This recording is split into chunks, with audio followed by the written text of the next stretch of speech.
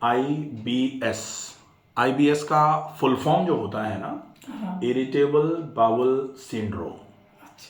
ये जो IBS है, इस IBS में सामान्य तौर पर एक बात कही जाती है कि ये फंक्शनल डिसऑर्डर है। फंक्शनल, अब दो चीजें होती हैं। फंक्शनल डिसऑर्डर किस चीज का? हाँ, दो चीजें होती हैं। एक तो एनाटॉमिकल स्ट्रक्चर्स में कोई प्रॉब्लम आ जाए तब एनाटॉमिकल डिसऑर्डर बोला जाता है, और एक होता है फंक्शनल डिसऑर्डर। फंक्शनल डिसऑर्डर मतलब एनाटॉमिकली कोई चेंजेस नहीं फील हो रहा है। आप एंडोस्कोपी कराओगे ठीक आएगी, आप कोलोनोस्कोपी कराओगे ठीक आएगी, आपने CT स्कैन कराया, हो सकता है थोड़ा बहुत आंतों में सूजन समझ में आए, लेकिन वो भी बिल्कुल नॉर्मल जैसा ही आएगा। गट मोटिलिटी टेस्ट कराओगे तो वो थोड़ी सी वीक आ सकती है अगर IBS C टाइप है। तो ये फंक्शनल का मतलब होता है कि पाचन तंत्र की क्षमता का कमजोर हो जाना। अब ये किसका डिसऑर्डर है? जैसे होता है ना फंक्शनल, लेकिन फंक्शनल किसका फंक्शन कम हुआ है? तो IBS में बहुत क्लियरली लिखा गया, बोला गया है IBS मतलब इरिटेबल बाउल सिंड्रोम। बाउल का मतलब क्या? बाउल का मतलब आते हैं। तो ये जो इरिटेबल सिंड्रोम है, ये है आंतों का सिंड्रोम, ठीक है। और ये सिंड्रोम है, ये कोई डिसीज वाला नहीं है। सिंड्रोम मतलब कई सारे लक्षण और भी महसूस हो सकते हैं। अब वो कई सारे लक्षण कौन से महसूस होंगे आपको? हो सकता है आपको पेट भारी लगे, हो सकता है सीने में भारीपन लगने लगे, कभी कभी आपको सिर में भारीपन लगने लगे। सिर के भारीपन के साथ साथ कभी कभी हल्का सा डिप्रेशन आ जाए, कभी कभी भयंकर गुस्सा आना चालू हो जाए। गुस्सा तो कई बार इतनी भयंकर आती है कि एक बार तो ऐसा लगता है कि कंट्रोल नहीं कर पा रहे, और हो सकता है आने वाले 10 मिनट में वो कंट्रोल भी हो जाए, बिल्कुल शांत भी हो जाए। तो वो जो प्रॉब्लम है ना, ये IBS का प्रॉब्लम जो है, ये गट ब्रेन एक्सेस से भी लोग जो है ना इसको रिलेट कर देते हैं कि गट को, आपके इंटेस्टाइन्स को सेकंड ब्रेन का दर्जा भी दिया गया है।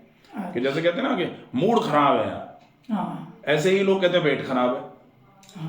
तो मूड खराब का मतलब क्या होता है? मूड खराब का मतलब ऐसा नहीं होता कि स्कल में चोटें लग गई हैं उसकी वजह से मूड खराब है। मूड खराब का मतलब विचार जो है ना वो सही नहीं आ रहे हैं, उसकी वजह से थोड़ी समस्या लग रही है। तो वो ठीक हो, इसके लिए बहुत आवश्यक है कि थॉट की प्रोसेसिंग ठीक होनी चाहिए। और थॉट की प्रोसेसिंग ठीक हो, उसके लिए क्या जरूरी है? शरीर सही होना चाहिए, क्योंकि कहा जाता है स्वस्थ शरीर में ही स्वस्थ मन का वास होता है। और स्वस्थ मन का वास का क्या मतलब होता है? मन का मतलब विचारों का संग्रह, मन मतलब मस्तिष्क नहीं है। हाँ, नहीं तो कहा जा सकता था कि स्वस्थ शरीर में ही स्वस्थ मस्तिष्क का वास होता है। तो शरीर जब ठीक होगा, मस्तिष्क भी तभी ठीक होगा, बाकी तो ये भी ठीक होता। लेकिन कहावत कही गई, स्वस्थ तन में ही स्वस्थ मन का वास होता है, और तन स्वस्थ तो मन स्वस्थ। आंतें ठीक रहेंगी, फेफड़े ठीक रहेंगे, लिवर ठीक रहेगा, किडनी ठीक रहेंगी, और आपका हार्ट ठीक रहेगा, आपका मस्तिष्क तभी ठीक रहेगा। जब पूरा तन ठीक होगा तो फिर आपका मन भी ठीक होगा। इसलिए बोला जाता है तन स्वस्थ तो मन स्वस्थ। अब अगर मन खराब हो रहा है, विचार दूषित तरीके से विचार आपके मन में आ रहे हैं, तो निश्चित ही उसका कारण कहीं ना कहीं आपके शरीर में होता है। तो चाहे वो गट में कारण हो, और चाहे वो आपकी किडनी में कारण हो, चाहे आपके घुटनों में ही बहुत तेज ज्यादा दर्द क्यों ना होना चालू हो जाए, तब भी आपका मन खराब होता है। लेकिन सामान्य तौर पर यह देखा गया है कि बाकी किसी समस्या से परेशान लोग और पेट की समस्या से परेशान लोग, इन दोनों में थोड़ा अंतर होता है। पेट में भी विशेष तौर पर इस IBS की समस्या से परेशान लोग जो हैं, वो निश्चित ही वैचारिक स्तर उनका थोड़ा हल्का सा बिगड़ना चालू हो जाता है।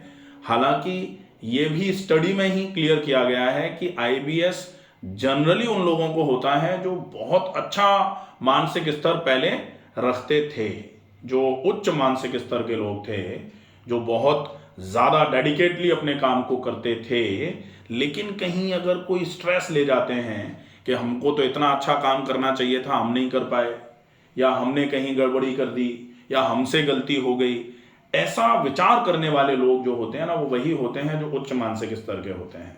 तो निश्चित ही और आईबीएस के अगर 20 लोग कहीं से भी खोज के लाओ तो उनको आईबीएस की समस्या होगी, लेकिन उनका इंटेलिजेंस का लेवल एक अलग टाइप का देखने को मिला है। ऐसा हर जगह देखा गया है। और ये एक स्टडी है जिसमें ये देखा गया है कि भाई हाँ, आईबीएस के लोग जो होते हैं बीमार तो होते हैं, लेकिन अगर उनके इंटेलिजेंस क्वोशेंट को देखा जाए, आईक्यू लेवल को देखा जाए, तो उनका होता बहुत अच्छा है। लेकिन इस आईबीएस के चक्कर में धीरे धीरे करके वो आईक्यू लेवल जो है ना, वो धीरे धीरे करके खराब होना चालू हो जाता है।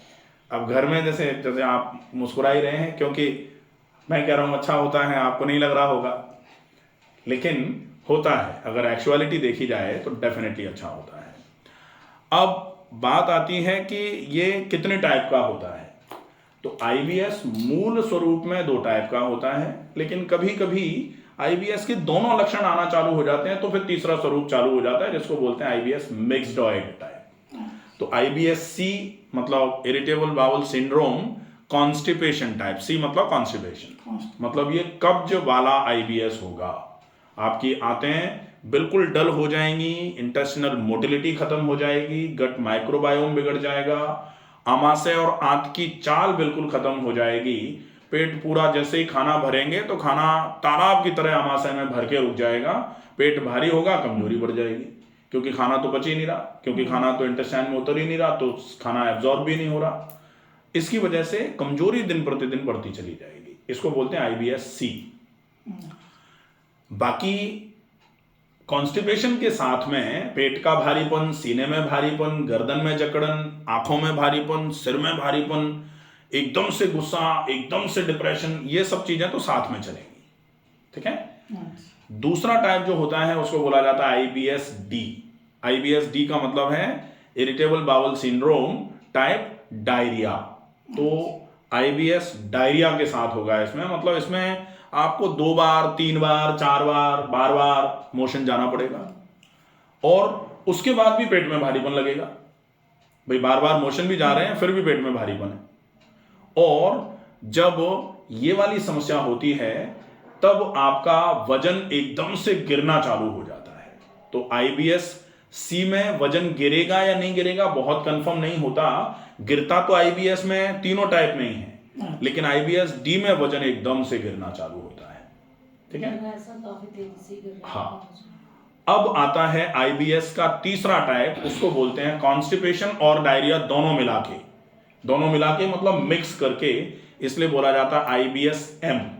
एम का मतलब मिक्स्ड आईबीएस। तो इसको बोला जाता है इरिटेबल बाउल सिंड्रोम। कॉन्स्टिपेशन और डायरिया दोनों ही टाइप के लक्षण आपके शरीर में आ रहे हैं। तो इसको आपको अगर देखना है तो इसमें कभी कॉन्स्टिपेशन, कभी डायरिया, फिर कभी कॉन्स्टिपेशन, कभी डायरिया। 5 दिन तक मोशन ढंग से नहीं हुआ तो 5 दिन तक लगातार हो गया। फिर कभी कभी ऐसा भी होता है कि एक दिन लगातार मोशन चले, उसके बाद 3 दिन तक मोशन नहीं आया। तो ये पैटर्न जो स्टूल्स का है, स्टूल क्लियरेंस का है, वो ऐसा ही गड़बड़ हो जाएगा।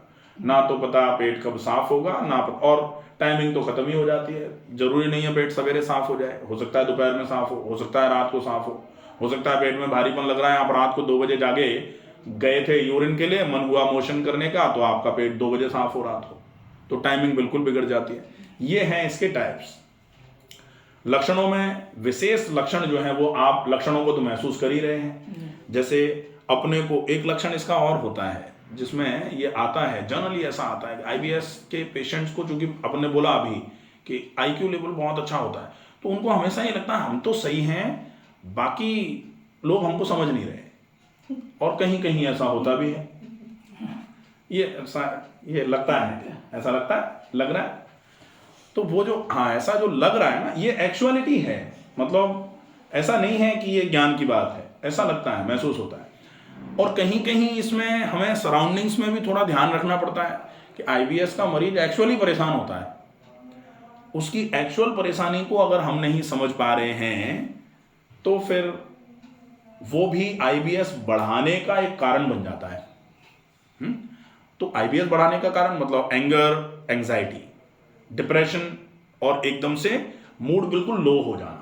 कभी कभी तो ऐसा लगेगा यार बेकार है सब कुछ, हमको कोई समझ नहीं रहा, हम तो सब कुछ कर रहे हैं फिर भी ठीक नहीं हो पा रहे, आंतें भी साथ नहीं दे रही हमारी। तो ऐसे विचार अगर आना चालू हो जाएं तो डेफिनेटली उन विचारों को ठीक करने का सिर्फ एक ही तरीका है कि फैमिली एटमॉस्फेयर जो है ना वो पूरे तरीके से, क्योंकि आईबीएस में पेशेंट का उपचार के साथ में, पेशेंट की लाइफस्टाइल्स ठीक करने के साथ में फैमिली मेंबर्स को भी थोड़ा सा सपोर्ट करना पड़ता है, तब आईबीएस ठीक हो पाता है, अदरवाइज बहुत मुश्किल होती है। ठीक है, तो लक्षणों में ये भी एक लक्षण साथ में चलता है। बाकी गुस्सा आना, इरिटेशन, बात पे नाक पे गुस्सा रहेगा। अगर ऐसा जैसे हमको तो ड्राइविंग में या फिर बाइक लेके जैसे अभी आए ना कहीं से आप, तो अगर रास्ते में थोड़ी भीड़ भी मिल जाएगी ना तो भी गुस्सा आएगा, जबकि उस पर अपना कंट्रोल नहीं है। नहीं, अभी इस लेवल का तो नहीं है। हाँ, इस लेवल का नहीं है, लेकिन ये पर ये कई बार क्या है, ऐसा गुस्सा आता है पर वो 1-2 मिनट के लिए रहता है कि हाँ, उसके बाद वो कम हो जाता है। तो वो जो बात है वो इसलिए है क्योंकि हमारा पेशेंस लेवल जो है ना डेफिनेटली धीरे धीरे करके वीक हो रहा है। अच्छा, क्यों वीक हो रहा है? क्योंकि शरीर में एनर्जी की कमी है, क्योंकि शरीर में ऑक्सीजन की कमी है। अब शरीर में एनर्जी और ऑक्सीजन दोनों कम होना चालू हो जाएंगे, डेफिनेटली आपको एंग्जाइटी बढ़ जाएगी। जैसे किसी अनीमिया के पेशेंट को एंग्जाइटी हो जाती है। अनीमिया के पेशेंट को एंग्जाइटी क्यों होगी? क्योंकि उसका हीमोग्लोबिन कम है, ऑक्सीजन कैरिंग कैपेसिटी कम हो गई। अब शरीर में जैसे जैसे ऑक्सीजन कम रहेगी, उसकी एंग्जाइटी का लेवल ऊपर जाता जाएगा। जैसे किसी को जुकाम हो जाए, उसको एंग्जाइटी बढ़ जाती है, क्योंकि जुकाम में नाक बंद हो जाती है, पेट में, फेफड़ों में सांस नहीं जा पा रही ढंग से। अब सांस जब फेफड़ों में नहीं जाएगी तो पूरे शरीर में कहाँ पहुंचेगी? उसकी वजह से भी एंग्जाइटी का लेवल बढ़ जाता है। तो इसमें दोनों कम हो रहे हैं कि आपके शरीर को ऊर्जा भी नहीं मिल रही, और कहीं ना कहीं लगातार जब हम कमजोर महसूस करते हैं तो व्यायाम की कमी कर देते हैं, और व्यायाम की कमी की वजह से शरीर की जो क्षमताएं हैं वो कमजोर और होना चालू हो जाती हैं। ऑक्सीजन, न्यूट्रिशन दोनों कम पड़ा, उसकी वजह से एंग्जाइटी बढ़ती चली जाती है। ठीक है, तो ये तो हो जाते हैं इसके लक्षण। अब इसके ट्रीटमेंट की जब बात करी जाती है तो सिंपली ये चूंकि फंक्शनल डिसऑर्डर है, तो हमको आंतों की सिर्फ कार्यक्षमता ही तो बढ़ानी है, यही तो ट्रीटमेंट है। और आंतों की कार्यक्षमता को बढ़ाने में सबसे ज्यादा जो उपयोगी प्रक्रिया है वो क्या है? किसी भी अंग की कार्यक्षमता बढ़ाने के लिए सबसे पहले उसमें से टॉक्सिन्स को निकाल दो। हाँ, तो आपको डीलोडिंग करनी है सबसे पहले तो अपने डाइजेस्टिव ट्रैक्ट की। अब डीलोडिंग कहां से करनी है? डाइजेस्टिव ट्रैक्ट यहां से शुरू हो जाता है, हाँ, लिप्स से, और वो एनस तक जा रहा है। ये पूरा डाइजेस्टिव ट्रैक्ट है। तो आप ऐसे मान लो ये लिप्स हैं और ये एनस है। इसके बीच में जो ट्रैक्ट पूरा बना हुआ, नाल जो बनी हुई है, बीच में एक आहार की थैली है, वो थोड़ी सी चौड़ी है। बाकी तो कहीं पतला ट्यूब, कहीं मोटा ट्यूब, वही ट्यूब ही जैसा तो है। छोटी आंत पतली होती है, बड़ी आंत थोड़ी मोटी होती है। आमाशय थोड़ा फैला हुआ गुब्बारे जैसा स्ट्रक्चर होता है, और आहार नाल पतला सा ट्यूब होता है। उसके बाद फिर ये फेरिंग्स हैं, और ये आके ओरल कैविटी में खुला हुआ है। दांत लगे हैं, इसलिए इसको थोड़ा सा चौड़ा बनाया गया कि खाना इसमें डाला जाए और अच्छे से चबाया जाए। ठीक है, तो यहां से लेकर के एनस तक के पूरे तंत्र की हर हिस्से को अपने को साफ कर देना है। तो साफ कर देना है, इसके लिए वैसे तो अपने जैसे कभी मोशन हो ही रहे हैं तो बीच बीच में साफ हो ही रहा है, लेकिन वो बीच में जो साफ हो रहा है वो बीमारी के लक्षण की वजह से साफ हो रहा है। अपन इंटेंशनल क्लीनिंग कराएंगे। वो एक्चुअल उसका वो ऐसा डिजीज का वो नहीं है, कोई इलाज नहीं। तो इंटेंशनल क्लीनिंग में आपको क्या करना पड़ेगा? इंटेंशनल क्लीनिंग सबसे पहले, वैसे तो कहा जाता है शुद्धि अगर करा दी तो शुद्धौ देहा मनुष्यस्य सह जीवति वर्ष शतम। अगर शरीर की शुद्धि कर दी जाए तो रोग तो दूर हो ही जाते हैं, शरीर निरोग होकर के दीर्घायु प्राप्त करता है। ठीक है, और आईबीएस में अगर जैसे मान लो कॉन्स्टिपेटिंग टाइप का आईबीएस है, पेट पहले से भरा हुआ है, तो एक चीज कही जाती है, अजीर्णे व्यंजनम विषम। तो अजीर्ण के समय में व्यंजन करना विष पान करने के समान होता है, इसलिए अजीर्ण के समय में व्यंजन नहीं किए जाने चाहिए। कैसा भोजन ले सकते हैं? बिल्कुल सुपाच्य आहार। व्यंजन का मतलब ये भी वो भी 56 प्रकार के भोग, वैसा नहीं खा सकते आप। तो अजीर्ण के समय में क्या खाना है? बिल्कुल हल्का पचने वाला, जल्दी पचने वाला। और कोशिश करिए कि आप अजीर्ण के समय में सिर्फ पानी लें। तो कहा जाता है अजीर्णे भैषजम वारी। अजीर्ण के समय में पानी जो है वो औषधि का काम करता है। तो अगर पानी आप ज्यादा मात्रा में लेते हैं तो वो पानी आपके ट्रैक्ट को साफ कराने का काम कर देगा, अच्छा काम करेगा वो। इसके अलावा अगर आपको ट्रैक्ट को साफ कराने में किसी चूरन चटनी की हेल्प लेनी है तो अपन वो भी ले सकते हैं। तो वैसे तो कई प्रकार के चूरन चटनियां आते हैं, लेकिन घर में बना के रख दिया जाए। घर में बना के आईबीएस के केस में अगर कॉन्स्टिपेशन ज़्यादा फील हो रहा है तो सबसे अच्छा जो परगेटिव है वो हरड़ होती है, लेकिन हरड़ गर्म होती है, तो उसकी गर्मी की तासीर को अपने को कम कर लेना है, क्योंकि शरीर में गर्मी की तासीर है, शरीर में गर्मी भी है, आंखें भी जलती हैं, सिर भी भारी गर्म भी रहता है। ऐसे देखेंगे तो ये भी गर्म रहेगा, ऐसे देखेंगे तो पेट का हिस्सा भी थोड़ा गर्म रहेगा। तो उस गर्मी को कम कर दिया जाए अगर हरड़ की, तो फिर आईबीएस-सी में आप हरड़ का उपयोग करके अपने पेट की धुलाई सफाई कर सकते हैं। कैसे कम करेंगे? तो हरड़ की गर्मी को कम करने का काम क्या है? हरड़ को छाछ के साथ मिला दो। तो हरड़ को छाछ के साथ मिला करके भिगो दो आप तो पहले ही। जैसे 250 ग्राम हरड़ लाओ, आप उसको आधा लीटर छाछ में भिगो, फिर जब वो अच्छे से ओवरनाइट सोक हो जाए तो ठंडे मतलब हवा में, पंखे की हवा में आप उसको सुखाओ, धूप में नहीं सुखाओ, सुखा लिया। उसके बाद आपने फिर से उसको एक बार पानी में भिगो दिया, फिर से सुखा लिया, फिर से पानी में भिगो दिया, फिर से सुखा लिया। उसके बाद एक बार पानी में खंगालने के बाद ढंग से, और फिर उसको आप सुखा के अच्छे तरीके से फिर उसका पाउडर बना के रख लो। अब उस पाउडर को भी आप छाछ के साथ उपयोग में लो, ठीक है? तो वो छाछ के साथ उपयोग में लो। जैसे आधा चम्मच पाउडर लिया छाछ के साथ, उसके बाद आधे घंटे तक कुछ खाना पीना नहीं है, और आधे घंटे के बाद सादा पानी 2-3 ग्लास आप पी जाओ। उससे क्या होगा कि पूरा का पूरा जो भी एक्सक्रीटा जमा हुआ है, दीवारों पर चिपका हुआ है, वो सब छूट करके बाहर आना चालू हो जाएगा। इसका उपयोग आप 3 से 5 दिन कर सकते हैं नियमित। इससे ज्यादा करेंगे नहीं, और इससे कम में अगर जैसे आपको लगे कि 2 दिन में हमारा तो पेट बिल्कुल खाली हो गया, तो 2 दिन पर्याप्त होंगे फिर, ठीक है? तो ये हो जाए एक काम। दूसरा काम इसके साथ में जो चलेगा, जब भी हरड़ लेंगे तब भी और हरड़ लेने के बाद भी आगे भी आपको हरड़ के साथ तो दिन में 4 लीटर पानी, और हरड़ के थोड़ी देर के बाद देखें, 10 मिनट रुक जाओ। हाँ, तो अब कोशिश करेंगे कि आप जैसे हरड़ ले लिया, छाछ के साथ ले लिया, पूरे दिन में आपको लगभग 3, 3.5, 4 लीटर पानी लेना है। उसके बाद फिर पानी की क्वांटिटी जो जब आप हरड़ को बंद कर लेंगे उसके बाद भी कम से कम 3 लीटर रहनी चाहिए, ठीक है? पानी की क्वांटिटी कम नहीं करेंगे। फिर एक उपचार होता है कि खाने के 1 ग्रास को आप गिन करके, क्योंकि ये फंक्शनल डिसऑर्डर को ठीक करने का सबसे अच्छा इलाज है। कहा जाता है कि आप भोजन को कैसे करें? भोजन को बकरी जैसे भोजन करती है उस तरीके से करें। बकरी कैसे भोजन करती है? बकरी को मुंह में थोड़ा सा डाल दो, चबाती रहेगी।